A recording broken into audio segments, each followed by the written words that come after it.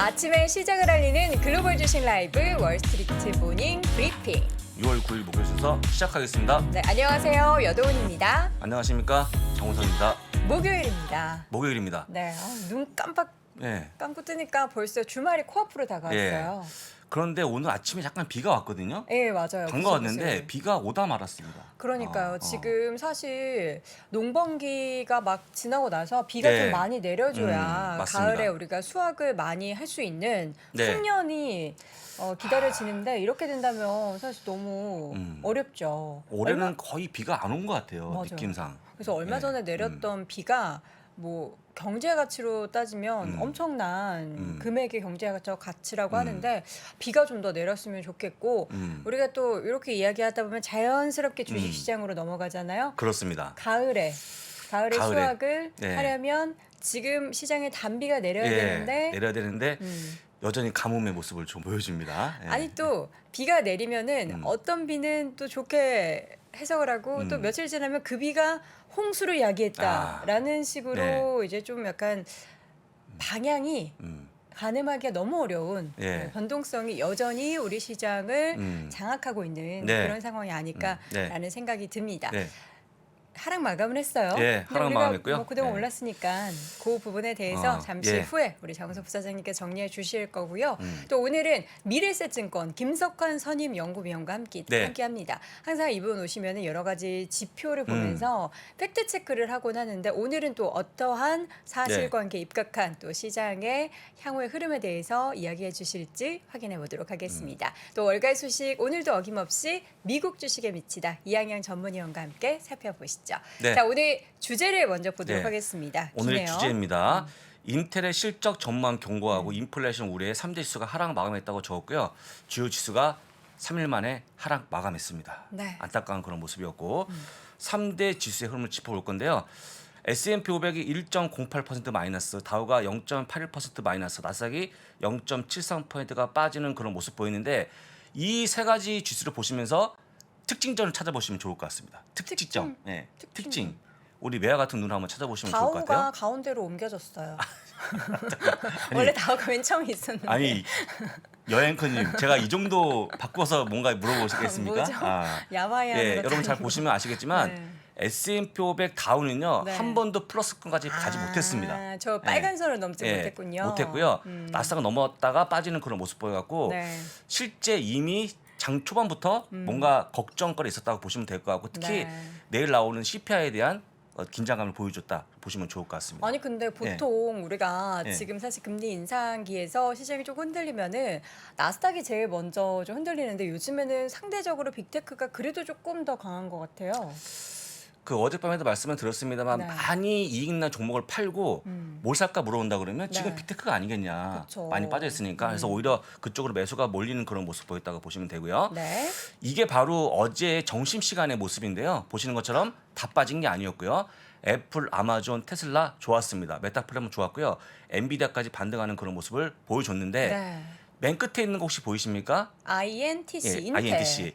가장 나스닥 비해서 많이 빠지는 그런 모습 보였는데 정심 때 3.82%가 빠지는 그런 모습 보여줘갖고 약간 하락폭이 깊었는데요. 왜 빠졌냐? 늘 얘기하지만 반도체 업종은요. 여러분들 아실 것처럼 경기 침체에 관련된 종목인데 네. 다음 페이지 나오는 것처럼 CT가 실제 전망을 카이하는 그런 모습 보여서 부정적 의견이 제시가 되면서 주가가 빠졌다고 보시면 될 것 같고 네. 이게 그냥 빠지면 좋은데요. 속스라고 하는 반도체 업종을 끌어내리는 네. 그런 모습 보였다 해서 역시 속스까지 한 번도 상승하지 못하는 그런 모습 보여주면서 시장 하락을 이끌었다고 보시면 좋을 것 같습니다. 이렇게 속스가 하락하면 네. 속스를 3배 추종하는 속스리죠. 속슬. 속슬도 한 6% 이상 하락했다고 좀 보시면 네. 좋을 것 같고요. 이 본 차트는 15분봉이나 보시면 좋을 것 같습니다. 네. 점심시간, 그러니까 미국 시간은 점심시간이 우리나라 한참 잘 시간인데 안 주무시고 저 캡처하신 거예요? 주무세요 좀. 아니 어떻게 여러분들한테 이런 좋은 기사를 드리기 위해서 보여드려야 되는 자겠습니까 제가? 아니 잠을 말도 안 자야 되는 소리 사람이 하시는 겁니다. 살죠. 말도 안 되는 소리 하시는 거예요. 앞으로 근데 이렇게 점심시간 흐름은 건강을 위해서 예. 하지 마세요. 그런데 여러 가지 업종이 네. 있는데 하위 업종 중에서 유일하게 그 마이너스 수가를 보였던 게 속수였기 때문에 네네. 약간 안타까웠다는 거 말씀을 드리고요. 네. 그 다음에 어제는요 세계은행이 또 안 좋은 내용을 발표했는데 그쵸. 또 오늘은 또 OECD 가. OECD가 발표하는 그런 모습 보였는데요. 같이 보시면 좋을 것 같습니다. GDP 전망을 낮추는 그런 모습 보였는데 영국, 미국 쭉 나와주고 있는데 영국이 가장 안 좋은 그런 모습 보였는데요. 올해 전망이 3.6%에서 내년에 내년에는 0.0%까지 왜 이렇게 안 좋은 걸까요? 전쟁 때문에 아, 안 유럽 좋았다는 거 국가라서. 보시면 될 것 같고요. 근데 다른 유럽 국가들 중에서도 유독 영국이 안 좋나요? 그 잘 모르겠습니다. 그걸 제가 아니, 그래서 왜 저는 그럴까? 갑자기 그 영국의 얼마 전에 총리가 우크라이나 방문한 보리스 뭐 총리 그런 예, 영향인가? 뭐 그런 것도 있지만 하여간 보시면 되고요. 미국도 보시면 2.5%에서 1.2%를 반토막냈다는 네. 거 보시면 될 것 같고요. 다 내렸는데 또 한 가지 특징의 국가가 뭐냐면 일본은요 오히려 올렸습니다. 1.7, 1.8로. 지금이 워낙 안 좋으니까. 저는 일본은 뭐 어떤 데이터가 나와도 잘 이해가 안 돼요. 반대로 가니까. 그쵸. 네, 근데 그래서 일본은 상황이 지금 워낙에 안 좋아서 네. 그나마 내년에는 조금이라도 바닥을 딛고 반등을 할 것이다. 조금 회복을 네. 할 것이다. 뭐 네, 그런 그러네요. 네. 분위기겠죠. 전반적으로 내리는 그런 모습 보였고 약간 악재가 됐다고 보시면 좋을 것 같고 한번 여러분들의 그 이를 돕기 위해서 네. 한국의 상황을 볼 건데요. 이게 한국에 대한 모습인데 보시는 것처럼 경제 성장은 3에서 2.7 내렸다는 거. 아. 그 다음에 인플레이션은 2.1, 4.8까지 올렸기 때문에 이게 바로 시장을 내리는 요소라고 좀 보시면 될 것 같습니다.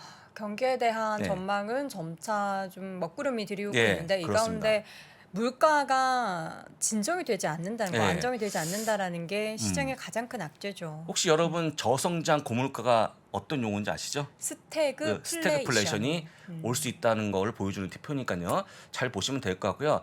반대로 성장이 올라가고 인플레이션이 떨어지기를 다시 한번 기원해 보도록 하겠습니다. 네. 자, 이 가운데 항상 또 이렇게 네. 불확실성이 커지고 경기에 대한 우려감이 있으면은 국채 금리가 다시금 또 3위로 올라가죠. 그렇습니다. 3% 다시 올라가는 그런 모습 보여서 종가가 3.07%인데 저는 3자를 못 볼 줄 알았거든요. 앞으로 못 볼 줄 알았어요. 솔직한 얘기로. 저는 볼 것 같았어요. 그렇습니까? 왜냐면 뭐 2.9, 8 이러는데 네. 3 가는 거는 뭐 식은죽 먹기죠. 좋으시겠어요? 다시 아니, 만나셔가지고 좋진 않죠. 좋지 않습니까? 왜 그러세요? 그래서 일단은 금리 네. 인상에 대한 다시 욕구가 커지고 있는 상황인데 3% 밑으로 내려오길 다시 한번 바라보면서요. 그럼요. 여러분들 한번 기원해 보시면 좋은데 네. 이제부터 모든 눈은 어디를 모아주고 있냐면요.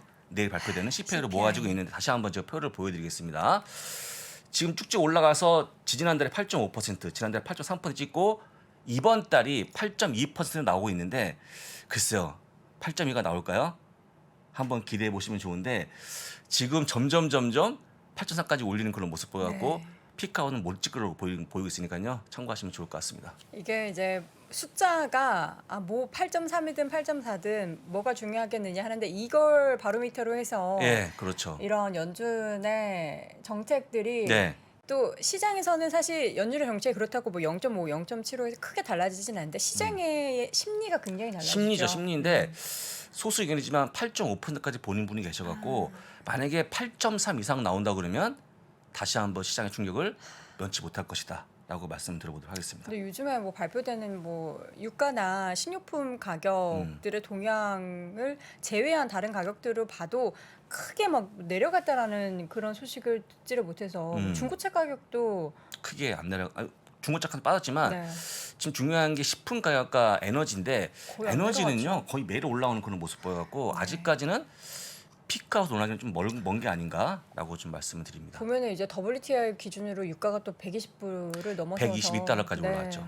또 130달러 가는 건 또 시간 문제인 것 음. 같고 그리고 이렇게 되면 이제 뭐 이번 달도 문제지만 다음 달에 CPI도 우리가 저 숫자에서 크게 벗어나지 못하는 그렇습니다. 네.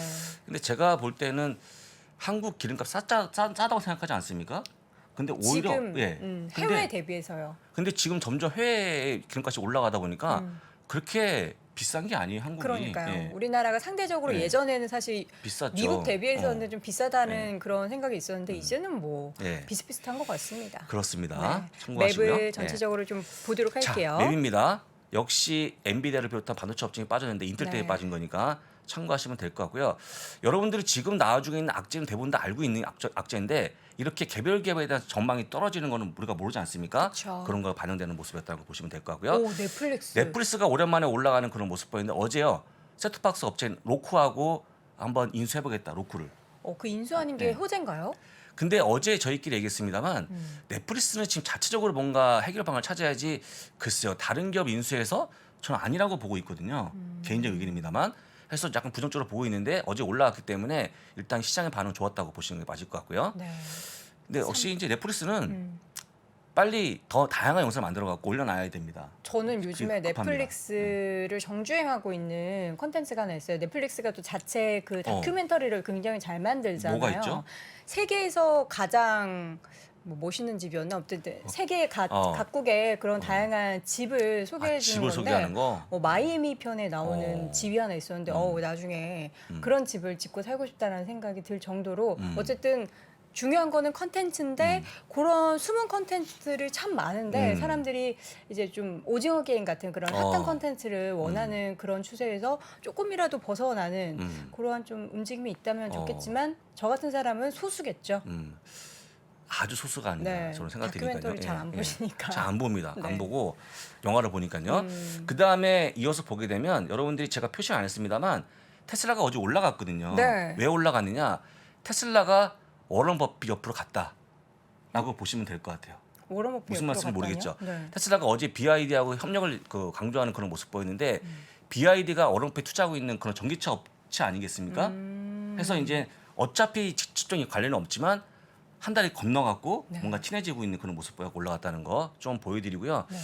저는 잘 될 것 같아요. 테슬라가. 잘 돼야죠. 네, 일론 머스크에 가까이 갔으니까 네. 간단히 보시고 3번을? 그 3번이 담배 회사가 모여 있는 그러니까요. 업종들인데요. 주가 많이 빠졌습니다. 왜요? 전망이 좀 깎이는 그런 모습 보이는데 담배 업종 경쟁이 얼마나 치열하겠습니까? 여러분 아시겠죠? 그렇죠. 근데 아니, 경기가 안 예. 좋아지면 많은 분들이 스트레스를 또 받아서 담배를 또 많이 태우시지 않을까요? 피는데 그 한국의 얘기고 지금 해외 담배값이 보통 1, 2만 원이에요. 비싸기 때문에 몰랐습니까? 최근 담배 안 피니까. 아니 안 펴도 심부름하고 그렇죠. 예. 농담입니다. 그런데 이제 네. 가장 비싼 호주 쪽에 한 2만 원 넘기 때문에 오. 사실 경기 시체가 오게 되면 이걸 계속 피울까 하는 그런 우려가 나오고 있다는 거 제일 먼저 보시면 될 것 끊겠죠. 같습니다. 그래서 알티리아가 8%가 빠져갖고 하한가 느낌 났다는 거 네. 보여드리고요. 4번 4번이 에너지. 얄미운 또 기업인데 엑스모빌이 또 올라가는 그런 모습 보였거든요. 여러분들 엑스모빌이 오늘 기록을 세웠는데요. 네. 두 달 동안에 이틀 연속 하락이 한 번도 없었다는 거. 정말 강세 모습 보여주고 있고 이게 뭐 빠질 기미가 안 보입니다 아직까지. 이렇게 안 들고 있는 종목이 오르면 배 아프죠. 배 아프죠. 그래서 여러분들 어제도 말씀을 드렸습니다만 엑슨모빌의 적정 주가 목표 주가를 봤을 때는 네. 다 왔기 때문에 각자 판단하시면 좋을 것 같고요. 여러분들을 팔라는 소리가 아니고 네. 많이 왔다는 거 말씀드리고 오늘 끝내겠습니다. 에너지 업종을 제외한 전체 섹터들이 좀 하락세를 네. 보였던 하루였습니다. 네. 근데 우리가 전날 올랐던 거를 생각하면은 오늘 아무래도 좀 이제 CPI 발표를 앞두고 시장이 좀 심리가 얼어붙을 수밖에 예. 없는 상황이기 때문에 오늘 밤 주말을 앞둔 금요일 시장이 정말 박빙이 예, 나타나지 예. 않을까라는 그런 생각이 듭니다. 예, 근데 금요일 날 꼭 이런 발표를 해야 됩니까? 기분 좋은 날? 아니 왜 금요일 날 밤에 합니까 그 발표를? 주말 사이에 좀 이렇게 진정하라고. 진정하라고? 네, 아, 좋은 또 뜻 바로 있었네. 다음 날 또 시장이 열리고 하면은 네. 너무 이렇게 휘둘리니까요. 아마도 그날 밤에 제가 CPI를 같이 볼 것 같은데 네, 너무 화이팅. 긴장됩니다. 네, 화이팅입니다. 긴장. 예. 뭐 우리가 뭐 긴장한다고 예, 해서 뭐 그렇습니다. 좋게 뭐. 나올 게 안 좋게 나오고 안 좋게 예. 나올 게 좋게 나온 건 아니니까 우리는 예. 그냥 늘 말씀하시듯이 편안하게 예, 편안하게 보시면 예. 될 것 같습니다. 예. 자, 이렇게 해서 시장 상황 정리해 드렸고요. 잠시 후에는 미래에셋증권 김석환 선임연구위원과 돌아오겠습니다. 정프로 퇴근하고 애들이랑 놀아주고 나면 늦게 자잖아. 그런데 요즘 쌩쌩해 보여. 형님, 슬리피 솔이 있잖아요. 미세 전류로 머리를 청소하니까 꿀잠도 자고 또 주식으로 얻은 두통이나 스트레스가 완전히 풀린다니까요. 그래? 이 스트레스 풀리는 건 좋은데 머리에 오래 쓰고 있어야 되는 거 아니야? 아니 슬리피 솔은 하루 2번 30분만 쓰면 충분합니다. 거기다가 무겁지도 않아요. 이야, 잠이 솔솔 오겠네. 이런 거 어디서 사야 되니? 뇌 건강 솔루션 슬리피 솔 지금 바로 네이버에서 검색하세요. 지금 본인 포트폴리오의 배당률이 얼마 정도 돼요? 사실 2천만 원은 이미 넘고요. 아주 독특합니다. 저희 ETF는 오타쿠 ETF입니다. 건담 공부를 어깨가 그쪽이다 보니까 찢어버렸다. 제가 사업에 실패를 했어요. 주식 투자는 제게 빚이었습니다. 눈물이 날 것 같아서.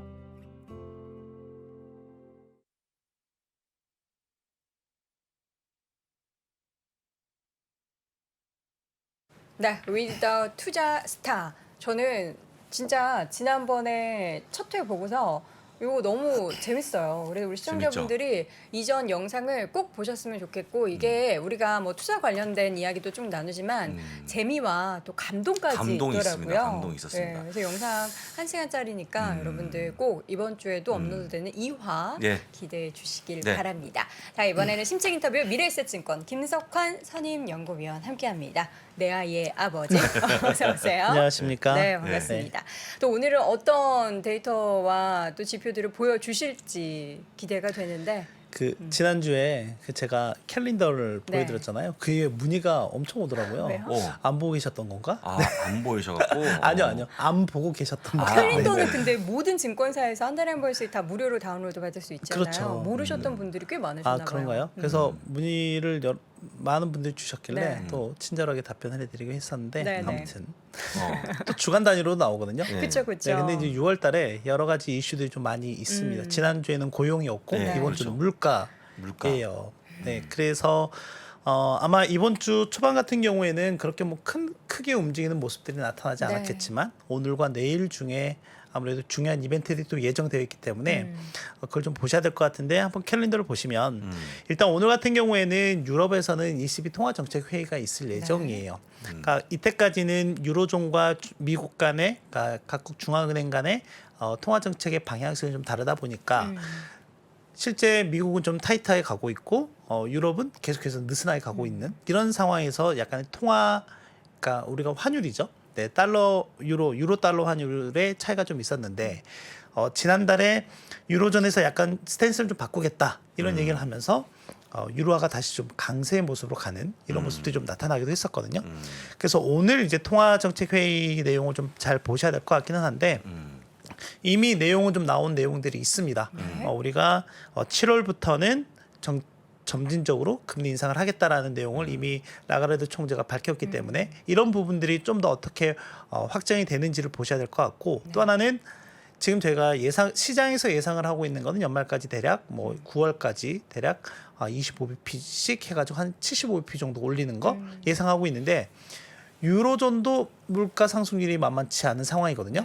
네, 뭐 이미 앞에서 부사장님께서 세계은행이라든지 OECD가 얘기했던 부분들을 언급해 주시긴 했는데 물가가 만만치 않은 상황이기 때문에 50bp에 대한 얘기도 지금 일부 위원들 사이에서 나오고 있는 상황이에요. 이제 그렇게 되면 유로 강세 베이스가 좀 더 높아질 수도 있다라는 것만 체크하시면 될 것 같고 뭐니 해도 내일이 가장 중요하죠. 물가입니다. 일단은 장중에 중국의 생산자 물가가 발표가 돼요. 네. 그리고 이제 밤에 미국의 소비자 물가가 발표가 될 예정이다라고 보시면 될 것 같고 항상 이 두 개를 좀 같이 해서 비교해서 보여드렸잖아요. 중국의 생산자 물가 지금 예상은 5월 예상은 6.5%대까지 떨어질 것으로 예상을 하고 있어요. 더 떨어지는 걸로 예상이 되고 있다. 실제 이거는 긍정적인 시그널이에요. 그렇죠. 그러니까 물가 압력을 낮추는 부분에 있어서는 분명히 좀 긍정적인 시그널인데 이게 지금 미국의 소비자 물가에 반영이 되느냐의 여부인 거거든요. 이제 그 흐름들 좀 지켜볼 필요가 있다라고 말씀드리고 싶고 또 하나는 소비자 심리 지수가 발표가 돼요. 네, 지금 모든 게 다 물가에 좀 포커스가 맞춰져 있지만 결국엔 이 맨 마지막 단 그러니까 엔드 단에 가면은 소비거든요. 네, 근데 지난달 확정치가 안 좋게 나왔어요. 안 좋게 나온 상황이고 이번 달에도 역시 예상치가 좀 낮은 전월 대비 좀 소폭 하락할 것으로 보이긴 하는데 이 부분이 또 어떻게 나올지도 좀 보셔야 된다라는 부분을 좀 말씀드리고 싶고 그러다 보니까 이제 오늘과 내일 또 변동성이 좀 더 확대될 수도 있는 여지가 있다라는 거죠.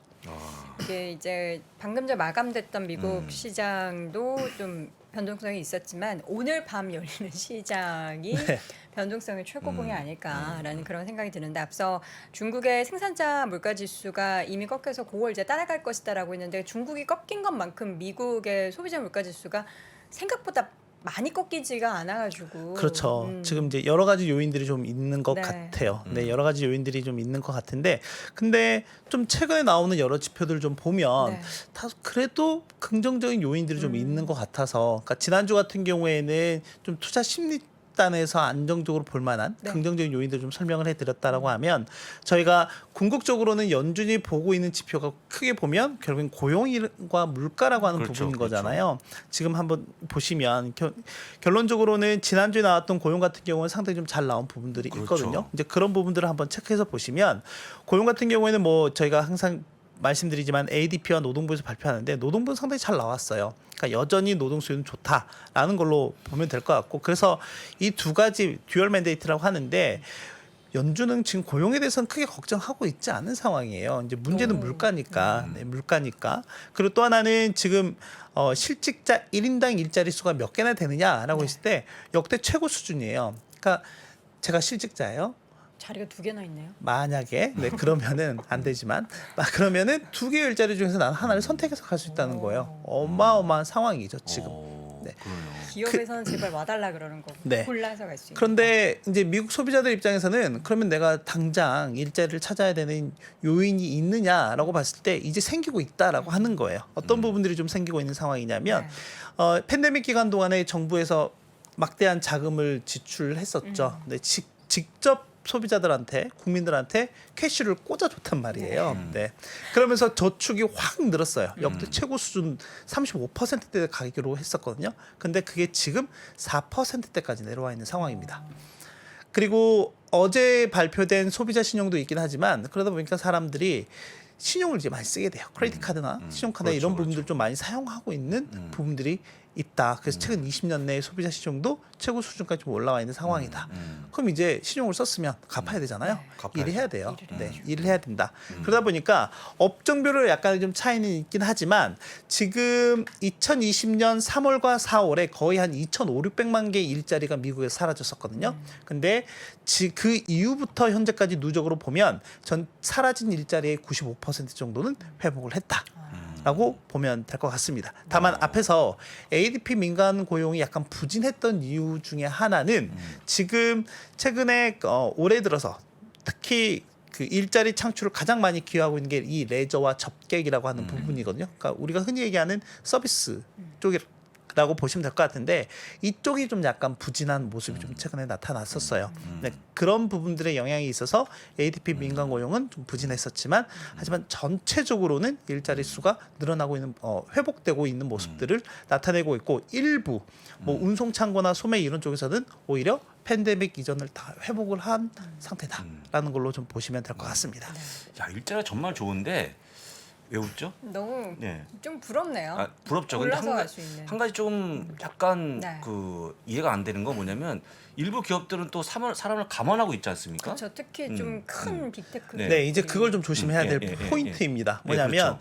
지금 저희가 계속 얘기하고 있는 부분이 결국엔 이 고용과 물가라고 하는 부분들 그리고 지금 기업들이 걱정하고 있는 부분들이 분명히 있거든요. 한번 화면을 통해서 보시면 지금 기업들이 걱정하고 있는 거는 크게 세 가지예요. 인플레이션이라고 하는 부분과 공급망이라고 하는 부분과 전쟁이에요. 그러면 제가 봤을 때 이 세 가지 중에서 오늘 말씀드릴 포인트는 공급망은 괜찮아지고 있다. 아, 그러니까 기업들이 세 가지 걱정 중에 그러니까 한 가지는 좋고 한 가지는 좀 중도고 한 가지는 부정적인 부분이 있는데 인플레이션 저는 계속 말씀드리지만 요 피크아웃에 대한 시그널들이 계속 나타나고 있는 부분들을 본다라고 하면 이건 약간 좀 중립적인 입장이지만 여기서 부정적으로 가는 것보다는 다소 개선될 여지가 있다라고 하는 부분이고 뭐 전쟁은 당장은 뭐 부정적인 부분들이 많고 예측도 불가한 상황이다. 네, 그렇죠. 그래서 이 흐름을 보시면 지금 공급망과 관련한 기업들의 걱정은 다소 감소하고 있는 모습이 최근에 나타나고 있다라고 하는 거고 인플레이션과 우크라이나 이 전쟁에 대한 이슈가 좀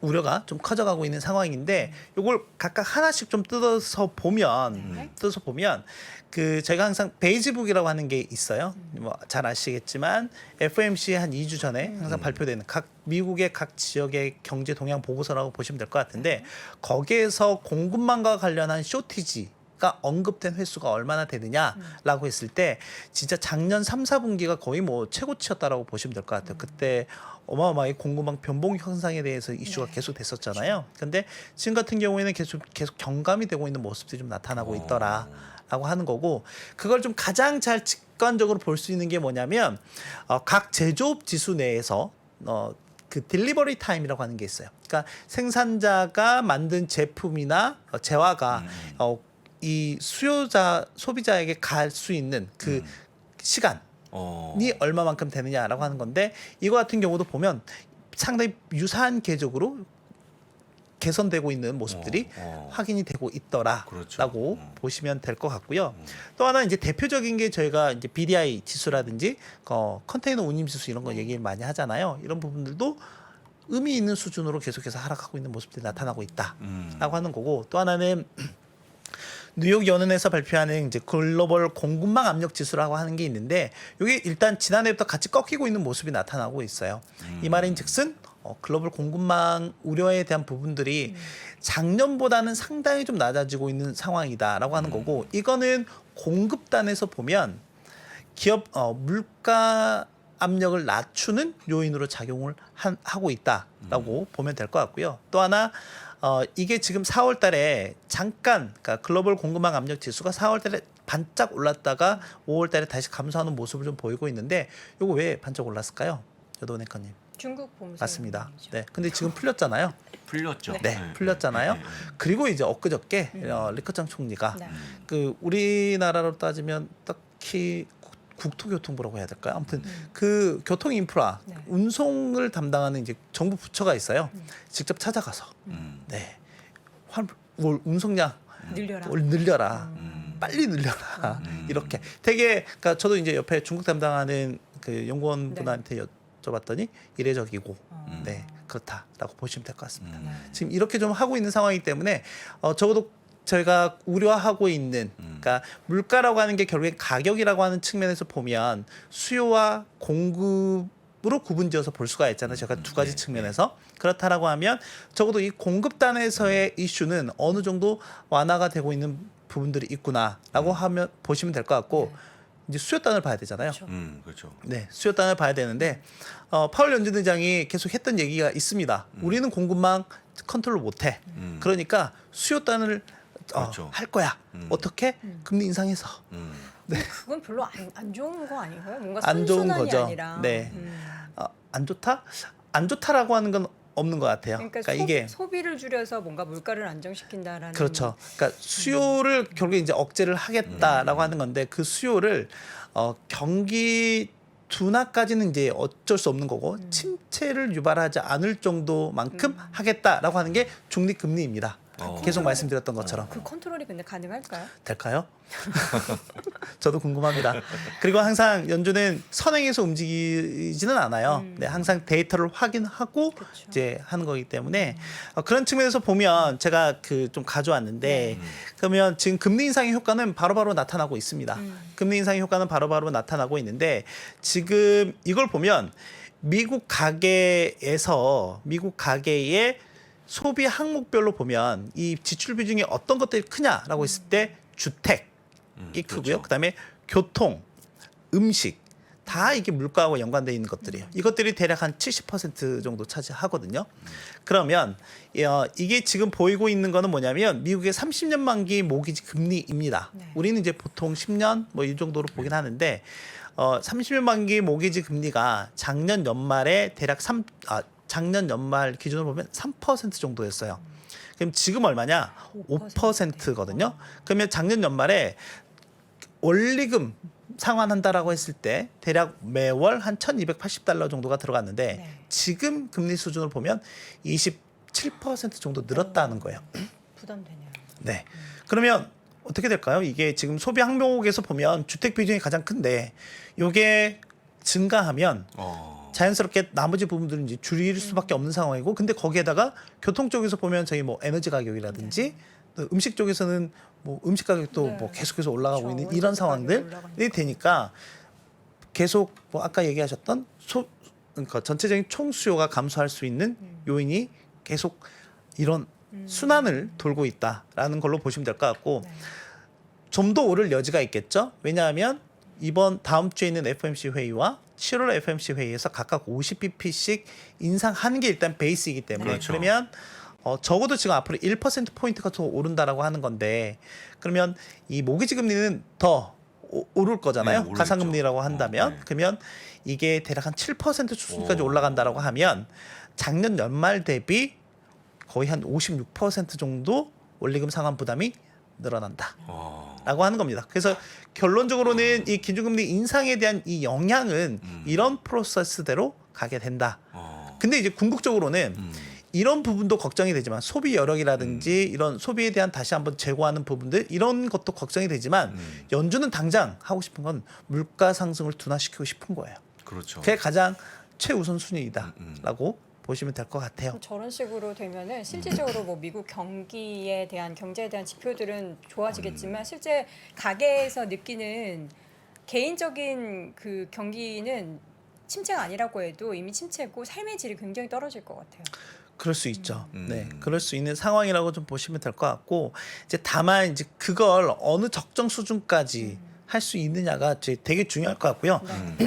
이제 그런 측면에서 보면 바이든 행정부 같은 경우에도 지금 뭐 이 주택 가격은 이제 크게 뭐 어쩔 수 없는 상황이라고 본다면 이 에너지라든지 음식과 같은 이런 부분들의 압력을 좀 낮추기 위한 노력들을 계속해서 좀 하고 있는 상황이라고 보면 될 것 같고 이제 그런 노력들이 보통 뭐 관세인하라든지 또는 뭐 계속 지난해부터 하고 있는 상황이긴 하지만 뭐 유가 측면에서는 공급을 좀 크게 늘리고 있는 이런 상황들이 있긴 하지만은 크게 지금 효과를 발휘하고 있지는 못한 상황인데 이제 그런 것들이 한 번에 좀 몰아서 올 수도 있을 것 같다라는 좀 생각은 들긴 해요. 근데 그 시점이 언제일지는 당장은 뭐 특정 지을 수는 없긴 하겠지만 네, 이제 그런 부분들이 실제로 보시면 제가 계속 이제 말씀드렸던 그 중국의 이제 생산자 물가와 미국의 소비자 물가. 근데 뭐 매월 말에 발표되는 뭐 PCE 물가 지수라든지 이런 부분들은 점진적으로 좀 둔화되는 모습들이 좀 나타나고 있고 또 하나는 지금 이 미국의 소비자 물가 전체 아까 보여주셨던 그 그림처럼 미국 소비자 물가 전체적인 그림은 전년 대비 현재 시장 예상 한 8.4% 증가 그리고 뭐 전월 대비로 보면 소폭 증가할 것으로 예상이 되긴 하지만 여기에서 변동성이 큰 에너지나 음식 같은 것 제외하면 이 근원 또는 핵심 소비자 물가 지수 같은 경우는 전월 대비 감소하는 모습을 좀 나타날 것으로 보이고 있거든요. 그래서 그 부분이 좀 더 시장에서 유의미하게 받아들여진다라고 하면 시장 투심에는 다소 좀 긍정적일 수도 있다라고 좀 보시면 될 것 같습니다. 네. 전체적으로 지금 보내주셨던 자료를 이렇게 봤을 때 네. 주택, 뭐 차량 그 세부적인 항목에 대한 표를 이렇게 쭉 보면 아 연준이 정말 원하는 대로만 만들어지면 좀 하반기나 내년에는 뭔가 우리가 주식시장에도 큰 충격을 보기보다는 지금보다는 좀 나아지는 환경이 될 수도 있겠구나라는 그런 기대를 갖기는 하는데 지금 당장으로 봤을 때는 그렇다고 해서 나의 자산 포트폴리오 배분에 주식을 좀 많이 늘려갈까에 대해서는 저는 아직까지는 지금은 좀 고민이 많은 시기인 것 같아요. 그래서 지금은 되게 어정쩡하게 액션을 취할 시기는 아닌 것 같아요. 그래서 제가 예전에 한번 저희가 한번 가격 시뮬레이션별로 한번 보여드렸던 적이 있어요. 그랬을 때 아직까지 그 하단 버퍼는 좀 남아 있는 상황이긴 하거든요. 왜냐하면 좀 앞으로 남아 있는 이슈들이 좀 있는 상황이기 때문에 그리고 저는 아직 되게 뭐 시장이 이제는 좀 돌아설 수 있는 그런 시점인 것 같다는 아닌 것 같아요. 좀 경계에 서 있는 것 같아요. 그 경계라고 하는 게 완전히 부진한 모습으로 가든지 아니면 여기에서 이제 메이크업해서 다시 한번 리바운드 나오든지 그 경계에서 계속 줄다리기를 좀 하고 있는 상황인 것 같다라고 하는 거고 그래서 저는 아까 그 보여드리기도 했지만 그 세 가지 요인이 앞으로 좀 되게 중요할 것 같다라고 좀 생각을 하고 있는 상황이고 특히 전쟁 같은 경우에는 저희가 예측이나 전망도 되게 불가능한 상황이긴 하잖아요. 그렇죠. 그랬을 때 그러면 대략적으로 볼 수 있는 부분이 결국에는 이 서방 정치권에서 이걸 어떻게 풀어나가느냐가 되게 중요할 것 같은데 이제 그걸 좀 한번 일정을 정리해서 보여드리면 이번 달 말이 꽤 중요할 것 같습니다. 보시다시피 지난주에도 한번 월간 캘린더를 통해서 한번 소개를 해드렸던 기도 했지만 보시면은 이제 6월 3, 4주에 연달아서 있거든요. 네. 뭐 EU 정상회의, G7 정상회의, 나토 정상회의 뭐 이렇게 있는 상황이기 때문에 이제 여기에서 러시아와 간의 이제 이슈들을 어떻게 좀 해결해 갈 실마리를 찾을지가 되게 좀 중요할 것 같아요. 그래서 저는 그러니까 4월 달까지는 시장 변동성이 되게 컸던 시점이라고 한다면 5월 달은 약간 멈춤이었고 6월이 어떻게 보면 하반기 증시로 넘어가는 그 과도기적인 과정에서 이게 하반기에는 좀 괜찮아질 거야라는 그런 시그널을 줄 수 있을지에 대한 그런 힌트를 얻을 수 있는 대단히 좀 중요한 시간이지 않을까 생각을 좀 해보고 있습니다. 네. 6월 시장 바닥을 찍고 턴을 할지 아니면 말씀해 주신 것처럼 좀 부정적인 환경 속에서 여러 가지 정책적인 아주 시너지가 발휘가 돼서 좋아지는 하반기를 기대해 볼 수 있을지 참 중요한 변곡점이 될 6월인 것 같습니다. 6월 내내 또 네. 관련한 지표를 통해서 시장의 흐름은 우리 또 김석환 선임께서 네. 해주실 거니까 여러분 계속해서 함께해 주시기 바랍니다. 자, 오늘 심층 인터뷰 미래에셋증권 김석환 선임연구위원 함께했습니다. 고맙습니다. 고맙습니다. 감사합니다. 안녕하세요. 최준용입니다. 많은 분들께서 지구본 연구소에 보내주시는 사랑 항상 감사하고 고맙게 받고 있습니다. 여러분들께서 좋아해 주시는 만큼 저도 즐거워야 되는데 사실 제 마음속에는 항상 고민이 하나 있었습니다.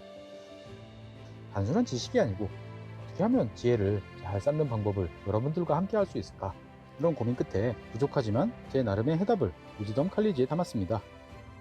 개별적 지식을 하나, 둘씩 연결해서 지혜를 축적해가는 시간. 조금이라도 더 많은 분들과 나누고 싶습니다. 꼭 함께 해주세요. 감사합니다.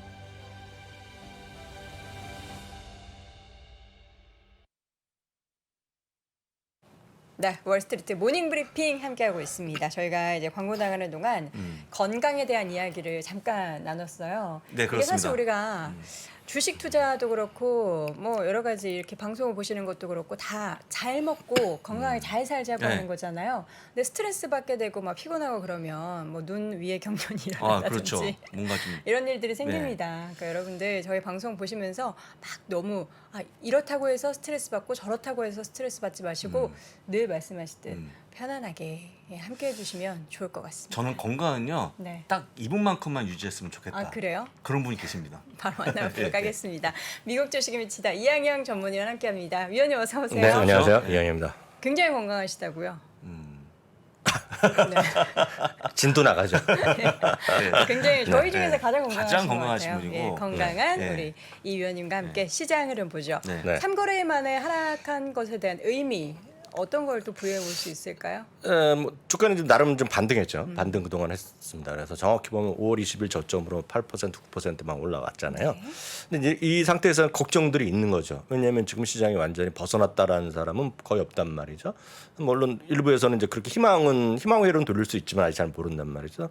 또 일부에서는 여전히 뭐 크게 떨어질 수 있다는 얘기를 하고 있는데 여기서 이제 서로 각축이 벌어지는 시장에서 어제 그 이번 주 들어 두 군데가 이제 좀 나름 이제 유명한 곳이죠. 보통 이제 개인들이 하는 사람의 뇌피셜이 아니라 예를 들어 월드뱅크나 OECD에서 공식적으로 경제 지표로서 경제 전망치를 내리고 이러다 보면 약간 이제 부담스러운 거죠. 그러니까 약간 쉽게 얘기해서 황소가 있고 곰이 있으면 곰의 뒤에 뭔가 사람들이 더 있는 것 같은 느낌이 드는 거죠. 그러다 보니 리세션에 대한 우려감이 더 커질 수 있고 그런 것들을 오늘 얘기하는 사람도 있었죠.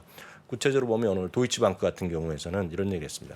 워낙 도이치방크는 리세션이 내년 하반기, 내년 말이라고 예상했는데 커밍 먼스라는 표현을 썼어요. 그러니까 곧 올 수 있다는 얘기죠. 곧 올 수 있다. 그러면서 구체적 내용 들어가 보면 올해 연말에도 올 수 있다. 뭐 이런 얘기를 하는 올해 안에 올 수 있다는 얘기를 하거든요. 그러니까 이런 것들이 여전히 지금 시장에서 뭐랄까 좀 발목을 잡는 좀 뒷목을 잡아당기는 사람이 누군가 지금 있는 거죠. 뒤에서 막 잡아당기는 사람이 있는 그런 형국이라고 보셔야 되겠습니다. 그렇지만 시장은 나름 좀 견조했다 보고 있고요. S&P 500이 1% 떨어졌고요. 나스닥 0.7%, 다우가 0.8% 떨어졌죠. 오늘 일단은 마감된 하루가 되겠고요.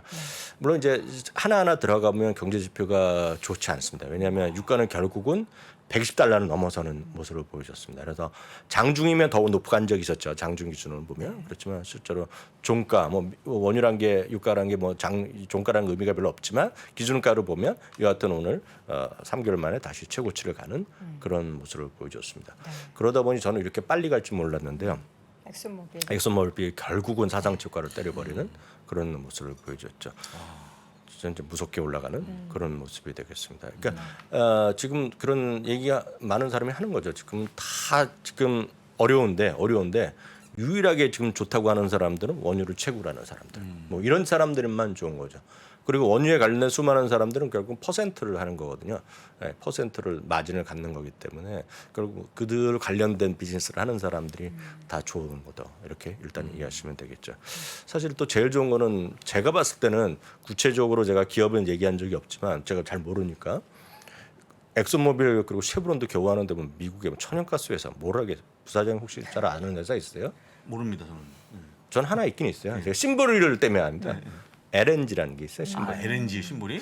커렌스인가 커렌 뭐 혹시 아시면 한번 찾아봐 주겠어요? 발음도 어려운데 LNG라는 회사가 있어요. 이게 미국에서는 제일 큰 천연가스 회사 중에 하나거든요. 제일 요새 돈 버는 기업은 천연가스죠. 미국의 천연가스는. 왜냐하면 지금 러시아에서 그 유럽 가는 걸 다 막고 뭐 안 막고 그러잖아요. 그러니까 수출 제일 많이 일어나는 거가 미국에서 천연가스 업자들입니다. 천연가스. 그러니까 그런 쪽이 돈을 벌겠죠. 그리고 뭐 제가 잘 주식을 잘 모르니까 뭐 기업 자체를 잘 모르니까 넘어가겠고요. 여하튼 엑슨모빌이 1.1% 올라갔고요. 쉐브론도 오늘 0.5% 올라가는 모습을 보여줬습니다. 엑셀이요. 엑셀이가 아직은 2014년 기록을 못 찍었는데 오늘도 0.2%좀 올라가는 모습. 사상 최고가까지는 아니었군요. 예, 2014년이 쉐브론이 그러니까 엑소모빌이 먼저 갔고 네. 엑셀이는 전체적으로는 아직 약간은 못 갔다라고 보셔야 되겠습니다. 왜냐하면 이거는 에너지 전반적인 게 다 들어가니까 모르죠. 여하튼 그런 것들이 좀 있다라고 보셔야 되겠네요. 문제는 이제 이런 엑소모빌도 손이 안 가죠. 솔직히요. 엑소모빌 손이 안 가고 쉐브론도 손이 안 가고 뭐 특히 뭐 옥시덴탈 페트롤리움 이런 거 손이 가겠습니까? 안 가죠. 그러니까 다이아몬드백 에너지 이런 것들 안 가죠. 그러니까 이런 것들이 안 가기 때문에 늘 말씀드리지만 현실적인 거는 이런 거라고 전 다시 한번 강조드립니다. 그래서 가치주라는 거예요. 가치주. 그래서 지금 성장주를 많이 갖고 계신 분들이 머리 아프잖아요. 솔직히요. 예? 그리고 지금 스트레스 받는 분도 제일 그런 분들이 성장주 중에서도 돈이 잘 안 되는 성장주 아니면 희망은 있는데 아직 안 될까 말까 잘 안 되는 것들. 기대감은 넘치는데 왜 자꾸 안 돼 하는 것들이죠. 저 같은 경우가 이제 저 개인적인 거는 에어비앤비 같은 거 작년부터 될 줄 알았는데 아직 안 되고 있는 거거든요. 이런 것들이 3번인데 그런 것들만 갖고 있으면 진짜 속이 상하고 스트레스 받죠. 그래서 VTB 이런 것들이죠. 네, 이런 것들을 갖고 지금 여러분들 포트폴리오를 해두시는 것이 조금이라도 편안하게 갈 수 있는 그런 길이라고 좀 VTB 말씀드리겠고요. 그래서 아니면 DVI 배당주요, 배당주 이런 것들 뭐라고 표현한 거네 이런 것들 좀 갖고 가셔야 되는 게 제가 봤을 때는 진리라고 보고 있죠. 제 나름 판단하기에는 그러니까 VTB가 됐건 DVI가 됐건 그런 거 되겠고요. 늘 말씀드리지만 본인의 성향이 진짜 중요한데 요즘에 이거 되게 많이 나오더라고요. 진짜 이건 진짜 많이 좀 보셔야 돼요. 그래서 그 본인의 성향이 맞는 게 있어요. 그래서 부사장님 저렇게 가끔 말씀하실 때 이학년 위원은 사람 보면 웬만하면 되면 한 번 다 알더라 그런 얘기를 했었잖아요. 네. 저는 이제 그렇게까지 이게 ISTJ 이런 것까지 잘 안 하지만 사람들의 성향을 보면 대충 알 수 있거든요. 어떤 분이 주식해서 잘 될지 안 될지, 어떤 분들이 어떤 성향에 맞춰서는 지금 이런 어떤 성향에 맞춰서는 제가 봤을 때 그 엑소모빌 절대 못 삽니다. 네, 그리고 살 수도 없고 사서도 안 된다고 보겠어요. 그런 분들은요. 그래서 좀 본인의 성향을 맞는 거로 좀 보셔야 되겠고요. 쉽게 얘기해서 끝자리를 보면 P나 SFP, 뭐 STP 이런 쪽 있지 않습니까? 저희 참 주식이 그 개별 주식 매매가 잘 안 됩니다. 성향으로 제가 여태까지 보면. 그래서 그런 것들 한번 자세히 보시면서 이제 농담 삼아서 보실 게 아니라 한번 보시면서 본인의 성향을 한번 보셔야 돼요. 주식이 개별 주식은 모든 사람한테 맞는 게 절대 아닙니다. 어떤 분들한테는 지수라든가 ETF가 더 맞을 수가 있어요. 전 그래서 ETF만 합니다. 그게 잘하시는 거죠. 본인에 맞는 걸 가야 되는 거예요. 본인에 맞는. 예. 어떤 분들은 또 얘기하다 보면 전 절대 주식하면 안 된다는 분이 있거든요. 주식이가 뭐 지수가 뭐 안 된다는 분이 있어요. 그런 분들은 또 나름 또 다른 걸 찾으셔야 되겠죠. 그래서 좀 진지하게 여러분 한 번이라도 좀 보시면서 본인의 성향을 좀 파악하시는 게 전 좋을 것 같습니다. 네. 자, 이 가운데 금리와 달러의 움직임. 제가 어제 아주 오랜만에 이 고달러 강세인 달러 상황에서 해외 직구를 했습니다. 깜짝 놀랐습니다. 해외 직구. 해외 직구를 그만큼 해외에서 정말- 벌어들이는 수입이 있으시잖아요, 대표님은. 아니 근데 정말 필요해서 해외 직구를 했는데 네. 가격 보고 네. 이렇게나 많이 올랐구나. 엄청 올랐죠. 깜짝 놀랐습니다. 예. 여하튼 금리도 지금 다시 3% 넘게 오늘 마감되는 모습이 되겠고요. 미국 달러가 지금 이건데 미국 달러의 전체 달러니까 아무것도 아닙니다. 솔직히 아무것도 아닌데 오늘 제가 또 눈을 다시 씌웠어요. 134엔을 돌파했습니다. 134엔. 달러 엔이요. 그러니까 지금 달러가 달러 지수라는 6개국 통화 가치 대비 하는 거거든요. 다른 나라는 그만큼 나름 선방하고 있어요. 우리나라도 원화도 선방하고 있는데 나름 지금 보면 엔화가 무너지고 있는 거죠, 지금요. 근데 어찌됐건 모든 금융시장은 안정돼야 되거든요. 안정. 뭔가 좀 안정돼야 되는데 안정되지 않고 위건 아래건 이렇게 움직이면 좀 주식할 이런 것들이 좀 쉽진 않은 상황이다. 네. 다시 한번 보여드릴 수 있겠습니다. 네. 자, 이 가운데 이제 성장률에 대해서 우리 장 부사장님과도 이야기 나눴지만 이렇게 네. 전체적으로 다 성장률을 낮춰잡고 있어요. 네, 그러니까요. 지금 보시면 그 월드뱅크 엊그제 네. 나왔고요. 오늘은 이제 OECD인데요. 이 부분은 사실 저는 이제 경제 이런 걸 크게 잘 모르고 이렇게 잘 이거 설명력이 좀 떨어집니다. 이거 왜냐하면 이건 제가 전문 지식이 있는 경제학 하시는 분 전공했던 분들인데 그래서 제가 어저께 월드뱅크는 제가 소개를 잘 안 해드렸어요 일부러. 근데 OECD는 우리 여기 시청자분들 중에 조금 좋아하시는 분들은 이거 한번 보시면 좋겠습니다. 그래서 이걸 어떻게 들어가시냐면 OECD 그냥 구글에다가요. 뭐 네이버는 모르겠고 구글에다가 영어로 쓰셔야죠. OECD라고. OECD 치고 한 칸 치고 뭐 2022 아웃룩 전망 이런 정도까지 치면 찾아줍니다. 그러면 딱 첫 번째 열리는 화면이 있어요. 네. 그걸 딱 뽑으시면 딱 요 화면이 요 화면. 이게 보면 뭐 프라이스 오브 워 가격 전쟁 뭐 전쟁 이러면서 밀 가격 밀인지 뭔지 모르겠으면 이런 게 하는 게 나오잖아요. 결론을 보면 월드뱅크는 올해 전망치를 2.9% 낮춘 거 다 기억하실 것 같은데요. 아까 설명하셨겠지만 GDP 성장률을 올해 4.5에서 3%로 내렸어요. 내렸는데 세 가지를 축을 말씀드렸는데 요 그림만 보면 딱 세 가지를 딱 요인을 찝으면서 결국은 그래서 지금 어려워지고 있다라는 얘기를 하는 겁니다. 이게 보시는 방법만 말씀드리겠습니다. 왼쪽은 1%, 2%에서 위쪽은 6, 7%거든요. 요 왼쪽으로 방향이 있죠. 이게 네. 낮아졌다는 겁니다. 그러니까 이게 언제 대비냐면 2021년 작년 연말 대비 요번 6월, 요번 오늘 발표한 거에 낮아졌다는 겁니다. 대부분이 다 낮아졌죠. 세 개 국가 제외하고는 다 낮아졌어요. 두세 개 국가가 워낙 인플레이션 많이 돼서 그런지 모르지만 그 나라들이 터키 좀 올라갔습니다. 그리고 아르헨티나 이런 데들, 오스트리아. 네, 그런 데가 좀 올라갔고 대부분이 다 엄청 떨어졌어요. 눈높이가 한국도 여기 OECD니까 당연히 한국도 들어가겠죠. 다 여기 다 포함됐습니다. 그래서 이걸 한번 찬찬히 보시면 이런 느낌을 이해하시면 될 것 같아요. GDP란 게 뭐 별거 있겠습니까? 단순하게 말씀드리면 뭐 개인이면 가구면 가구, 국가면 국가, 기업이면 기업들의 모든 경제 활동의 합이잖아요. 합 아니겠습니까? 결국으로 보면 아주 쉽게 말씀드리면 물론 경제학자분들 전공하시면 더 자세하고 이론적으로 말씀드리겠지만 저는 단순하게 GDP를 이해하고 있거든요. 그러니까 그 정도가 지금 내려가고 있다는. 첫 번째는 전쟁이라는 얘기죠. 핵심은. 전쟁 때문에 이 모든 사단이 나고 있다. 그럼 역설적으로 보면 전쟁이 당장이라도 오늘이라도 우리 푸틴 형님이 갑자기 휴전하자 이러면 좋아질 수 있겠죠. 그렇지만 그게 또 쉽지 않잖아요. 지금 그분 지금 하는 행동 그런 게 보면은요. 두 번째는 결국 그래서 나오는 거가 인플레이션이죠. 인플레이션은 마찬가지로 이거는 왼쪽은 2021년치입니다. 2021년치. 이건 2022년치예요. 터키에 가서 여행 가면 좋다는 얘기를 미국 사람들이 유튜브에 하는 걸 제가 봤거든요. 원플 인플레이션이 높다는 거 아니에요 지금. 그래서 작년 23%로 예상됐는데 지금 전망으로는 72%까지. 아르헨티나도 44%인데 60% 이렇게 늘어나는 거죠. 우리나라 여기 다 포함돼서 나옵니다. 사우스 코리아까지 다 나오는 게 여기에 흐름이 되겠습니다. 미국도 나오고 뭐 이런 등등등등 쭉 나오는 거죠 여기요. 그러니까 여기에 흐름이 되겠습니다. 또 보면 일본이 워낙 물가가 좀 마이너스 간다고 일본이 제일 낮게 나오죠. 네. 그러니까 이런 흐름으로 그러니까 그 물가 상승률 이런 것들이 지금 시장에 문제가 되고 있다는 얘기가 되겠고요. 세 번째는 먹고 살기 힘들다는 얘기죠. 먹고 살기 힘든 것이 결국은 에너지 가격이랑 결국 먹거리로 나올 수 있는 거죠. 저 주황색이 예, 푸드고 보라색이 에너지. 주황색이라고 그러나요? 주황색이 올라가는 것이 먹거리입니다. 먹거리.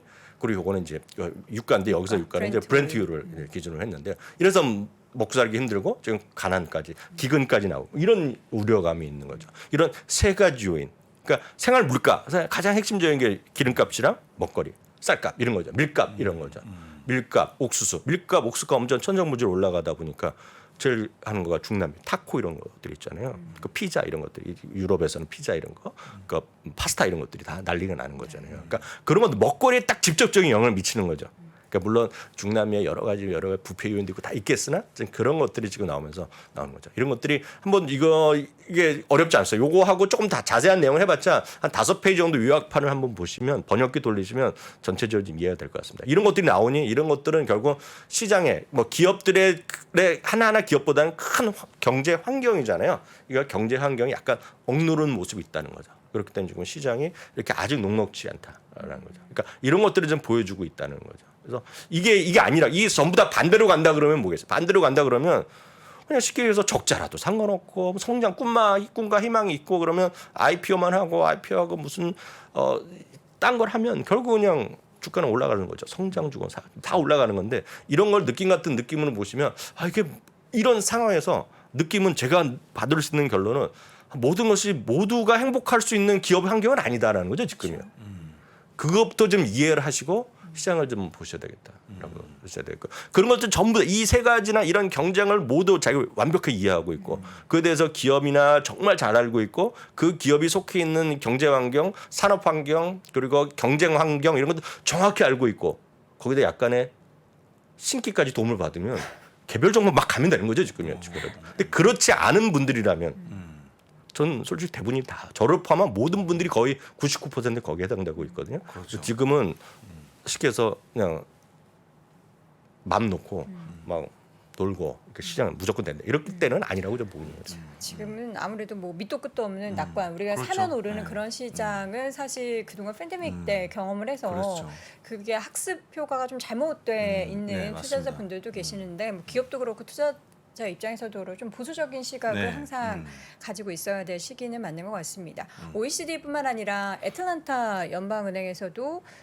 이거는 성장률에 대해서 이거는 가끔 저희도 한 3, 4개월 한 번씩 보여드리는 지표. 왜냐하면 요 지표는 항상 여러분들 이것도 바로 들어가시면 돼요. 바로 어디에 들어가냐면 네이버는 모르겠고 구글에다가 애틀란타도 안 쓰셔도 됩니다. GDP 나오라고 치면 나오는 화면입니다. GDP 나오라면 치면 나오는데 이거는 애틀란타 연방은행에서 다양한 그 경제 지표들이 있지 않습니까? 그거를 프로그램에 해놔갖고 딱 보여줍니다. 그래서 거의 일주일에 한 번씩 이제 공개를 하는데요. 이번에 이제 2분기 경제 성장률이 0.69%로 하향 것이 오늘 이제 발표됐습니다. 그래서 그거에 보시더라도 전반적인 경제 환경, 경제 지표에 따라서 올라갔다 내려갔다 하는데 이것도 좀 참고 이거는 현재 진행되는 2분기입니다. 참고해서 일단 보시면 될 것 같아서 말씀드렸고요. 가장 중요한 중요한 게 가장 중요한 게 이제 이거죠. 그 지난주에 이제 고용 보고서였는데 그 전날도 금요일 날도 아침에 방송에 또 말씀드렸다시피 저는 고용 보고서에 관심이 없었습니다. 전부터. 왜냐하면 이미 미국은 완전 고용 상태고 뻔하거든요. 지금 나올 게 별로 없습니다. 지금은 이제 소비자 물가 지수인데 아시겠지만 이제 지난번이요. 그 4월 달 지표가 지난달에 나왔을 때 보면 요 소비자 물가 지수도 조금 내린 모습 예상치보다 높아지면 조금 내렸잖아요. 근원 소비자 물가도 조금 내렸어요. 근데 지금 보시면 지금 월가의 컨센서스가 8.2가 나옵니다. 지금요. 소비자 물가 지수. 그리고 근원입니다. 근원 이제 더 중요하다고 얘기하는 거죠. 그거랑 이제 PC도 마찬가지가 되겠는데 근원이라는 건 이제 두 가지가 빠집니다. 앞서도 보여드렸던 먹거리랑 에너지 가격이 빠지는 거거든요. 그래서 이게 이제 더 중요한 건 맞는데 심리적으로 보면 이게 이제 큰 거죠. 그래서 요번에도 보면 월가에서 분위기가 요거는 6.2보다 5.9 아니면 요 언저리에 나올 가능성이 커요. 지금요. 근데 지금 미국 월가 일부에서는 요거에 대해서는 퀘션 마크가 좀 있습니다. 요 부분에 대해서. 요 부분 있고. 근데 문제는 이 부분이 말씀드렸다시피 먹거리랑 밀값이랑 이래서 피자가라면 딱 요거거든요. 근데 이 부분에 뭐가 들어가냐면 이제 다음 달에 대한 걱정이 나오는 거죠. 이번 달에 안 나오더라도 지금 우리가 눈에 보고 있는 휘발유 값이 사상 최고가로 가고 있단 말이죠. 그리고 쉽게 얘기해서 무슨 한번 우스갯소리를 봤는데 스시값도 올라가고 뭐 지금 다 새 최고가입니다 지금 미국에서. 이러다 보니 이게 지난달에 그러니까 우리를 보면 4월달 지표죠. 4월달에 소비자 물가가 피크 쳤다라고 많이들 기대를 하고 있는데 이게 지금 아닐 수도 있다는 얘기를 하는 거죠. 물론 요 근원 소비자 물가 지수는 가능성이 있습니다. 지금 피크 칠 수 있는데 사람들이 눈으로 보는 요 부분이 있죠. 이게 많이들 떠들 거 아닙니까 지금. 저희도 얘기하고 이런 것들이 지금 여전히 좀 부담스러울 수 있다는 거가 되겠고요. 요 소비자 물가 지수에 의해서 하나만 뭐 준비한 건 따로 준비한 건 아닌데 제가 시간 돼서 내일 뭐 이남우 교수님이 하실지도 모르겠고요. 요즘 보면 우리나라는 식당 가서 밥을 먹잖아요. 밥을 먹으면 우리나라에서는 거기다가 팁이 있는 것도 아니고 세금이 다 포함돼 있어서 그거 계산하고 카드 결제하면 끝나잖아요. 근데 미국은 거기다가 다 팁을 내야 됩니다. 팁도 그냥 자기가 적는 사람도 있지만 1번, 2번, 3번 선택도를 해갖고 요즘 뭐 10%가 어디 있습니다. 12, 15, 20 막 그렇게 나가거든요. 근데 보시면 여러분들은 미국에서 사시는 분요. 저는 이제 지금 정말 못 믿었었는데 진짜라고 제가 아는 지인한테도 물어봤어요. 요즘 보면 요즘도 우리나라에 있다고 그러는데 누구한테 물어봤던데 나이트 클럽이나 클럽 가면 테이블 차지 이런 거 있죠. 네. 요즘도 있다고 합니다. 룸 차지 있죠, 우리나라도. 그런 거 있나? 예. 그러니까 있잖아요. 근데 요즘 보면 비행기 탈 때 보면 다들 유리 할증료 내시죠. 네. 지금 미국의 식당 같은데 일부 식당 그리고 상당히 많은 식당이 네, 인플레이션 할증. 딱 있습니다. 네. 유리 할증, 예? 유리 할증, 인플레이션 서차지 이런 게 네. 들어가고요. 그런 것도 다 예. 있더라고요. 거기다 또 뭐가 들어가냐면 예를 들어서 키친에 있는 사람들한테 키친 어프리에이션 피, 셰프한테 돈 고맙다고 돈 주고 이런 것들이 막 들어갑니다. 그런 것들이 들어가기 때문에 사람들이 또 어떤 회사는 그런 거를 잘 해주는 회사가 있어요. 프로그램을 해주는 회사, 그런 데도 막 돈 벌고. 그러니까 그런 것들이 지금 천정부지 올라가고 있기 때문에 한번 진짜 이런 것들이 좀 부담스러울 수밖에 없다. 그래서 너무 맘 놓고 지금 무조건 된다 이렇게 생각하시면 안 될 것 같습니다. 네, 알겠습니다. 그 월간 시각 이야기는 잠시 후에 어떻게 아무 얘기 시간에 잠깐 전해 저희 주실 외전에서 건가요? 한번 네네네. 하겠습니다. 네, 알겠습니다. 시간 관계에서 오늘은 여기까지 들어보도록 하겠습니다. 미국 주식에 미치다 이한영 전문위원 함께했습니다. 위원님 고맙습니다. 고맙습니다. 자, 월스트리트 모닝 브리핑 함께 하셨습니다. 목요일 어느 때보다도 네. 이제 이번 주말까지 기다리는 시간이 굉장히 긴장이 되고 마음이 좀 무거운데 네. 사실 저는 이번 달보다는 다음 달 발표될 지표 그 한 달 사이가 더 어렵지 않을까. 사실 그렇습니다. 근데 어렵다고 해서 우리가 뭐 어떻게 할 수 있는 방법은 네. 없으니까 네. 이 시간을 잘 견뎌내 보도록 하겠습니다. 네. 그 견디는 그 상의에는 저희가 네. 늘 어김없이 네. 오전 6시 30분부터 1시간 동안 함께 할 테니까요. 내일도 여러분 저희와 함께 해주시기 바랍니다. 여기서 인사드릴게요. 여러분 고맙습니다.